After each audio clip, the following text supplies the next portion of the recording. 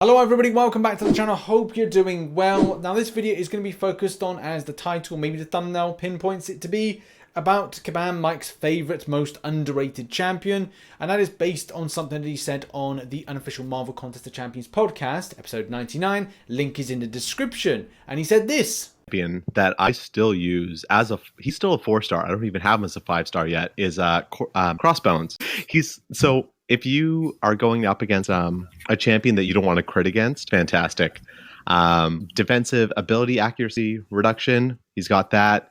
He can get some great, huge special attacks damage from when he has his Furies up. He's great. I love him. He was the only reason I was able to become uncollected back in the day. So I will always love him. So yes, that's what I thought we'd do with this video. We'd focus on Champion of Crossbones and also what Mike said about the crit damage team and try and see if we could output some more damage, whether or not he's useful as a questing champion for uncollected or other kind of difficulties. Those kind of questions being answered. Also, it was interesting to find out that he's kind of referred to, or should be referred to, as Kabam Miikes. And if that being the case, you can now call me RichTheMan. I'm all putting it into one kind of big shmush. Now, being serious on the subject, this is why I think that is pinpointed as an idea with a crit damage team. The potency of Crossbones' Fury effects are increased by up to 20% based on the critical damage rating. As his critical damage climbs, his Fury effects become more powerful. Now, there is one other thing which I think in some ways does contradict the first part. Obviously, you can build up a crit damage team as well, but also Crossbones' hydraulic gauntlets allow him to overpower his enemies whenever he would strike with a critical hit. And obviously crit rating is important as well as crit damage. And I guess that is more potent as to why they have the critical rating and also the critical damage synergy teams. It's applicable for both sides of things. So it's a bit weird because like you kind of think, right, wouldn't it be better to have like the Heimdall synergy with this as opposed to anything else? Because Enchanted Blades, gives the ability to have a precision buff which has 250 on the critical rate. And maybe even mix it in with a bit of Cap Infinity War, which has skill training. Now I'll be putting over the top of this video fights of both utilizing those type of synergy groups. I must say they just felt kind of the same.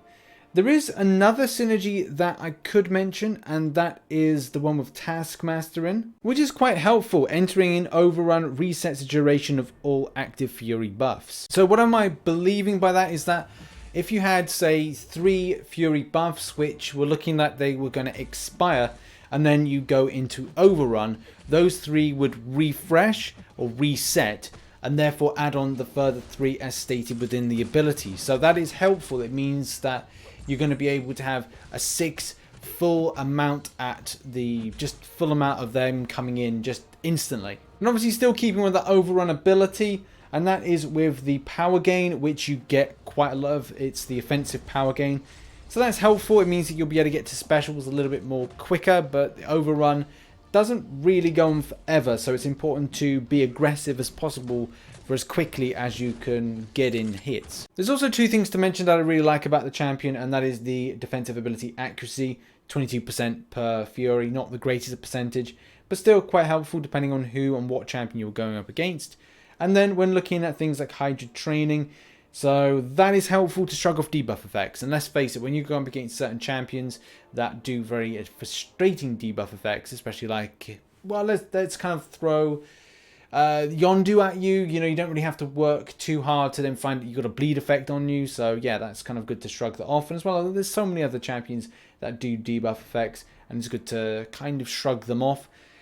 But it comes at a level specific requirement, and that is at the moment level 22 is only enough for 16.69%, and obviously we're going to get that up hugely in order to really see a decent percentage for actually shrugging off something. Now yes, what I was trying to do is look into crit damage against the potency, but it didn't really come off the way that I wanted to, because a lot of the synergies do come up with the same kind of numbers. Furies, max Furies that you're going to see is something anything between 3,200 and about 3,800. And I was hoping that with this I could see the potency going anywhere over something like 4,000. And maybe that's all about keeping a consistent Fury close to about 9, maybe 10. but it's not exactly the most easiest thing to actually get to that point. As I tried out with other synergies like the Heimdall synergy, that seemed obviously, I had one consistent fury there, but as well the crit rate side of things, when I tried to implement that into the situation, that kind of helped as well, and we were able to see some good numbers.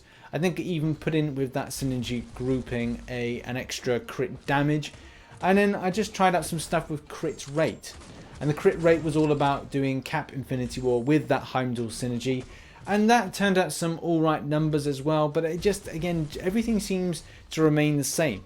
It is a good champion, and my thoughts are that it's kind of great. It's a great champion, but I think it has more usage for stuff like questing than it would do for end game stuff, and also specific stuff when you're going against champions with debuff effects and you've got a higher signature version of this. This could be a good option for that. And speaking of questing, I decided to take it in against a fight that was in Uncollected, and the performance was actually pretty good. I was surprised with the extent of what the champion could do in a very short space of time. And I think that is where the champion excels, for these very kind of quick snappy fights with the usage of Fury stacking very quickly, but mainly switching into Overrun very quickly can gain those Fury stacks and smashing through a lot of damage. And I guess that is why that Kabam Mike may actually rate this champion as a underrated champion that could be used a lot more by the community.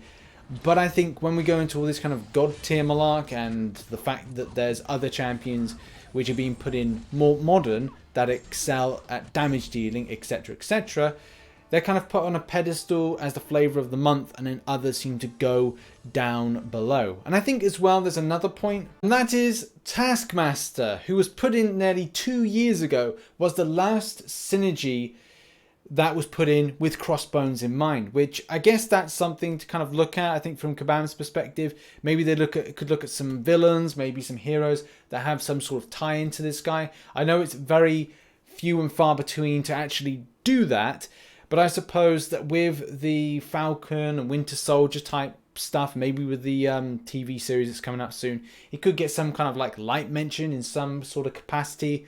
I don't know. I just would love to see a new synergy that maybe puts that little bit of a fighting edge on this champion, which we wouldn't expect but would really like. Yeah, Kabam Mike's underrated champion is Crossbones. I can definitely see why that is the case, and I can definitely see that the champion could be used a lot more in lots of different types of competitive aspect.